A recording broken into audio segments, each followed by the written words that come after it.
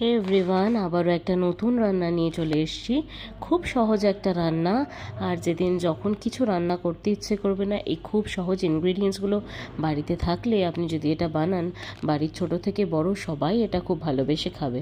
তো এটা হচ্ছে আলু বেগুন দিয়ে পেঁয়াজ দিয়ে একদম কুচো চিংড়ি একটা চচ্চড়ি। খুব সহজ একটা রান্না, খুব ইজিভাবে এটা বানানো যায়। আমি কড়াইতে সর্ষের তেল দিয়ে আলু পেঁয়াজ বেগুন সব কিছু একসাথে দিয়ে একটু থেতো করা রসুন আর কাঁচা লঙ্কা দিয়ে দিয়েছি, নুন হলুদ দিয়ে একদম সেদ্ধ করতে দিয়েছিলাম ভাপে। তারপর কুচো চিংড়িটা ওপর থেকে অ্যাড করে দিয়ে আবারও ঢাকা দিয়ে একদম মাখা মাখা হয়ে গেলে ফ্লেমটা একটু বাড়িয়ে নিয়ে তারপর ওপর থেকে একটু গরম মশলা গুঁড়ো চাইলে দিতে পারেন, না চাইলে না দেবেন।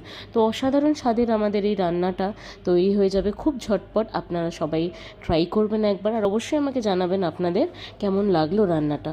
সবাই খুব ভালো থাকবেন, সুস্থ থাকবেন, আর যারা এখনও আমার ইউটিউব চ্যানেলটা সাবস্ক্রাইব করেনি প্লিজ সাবস্ক্রাইব করে দেবেন।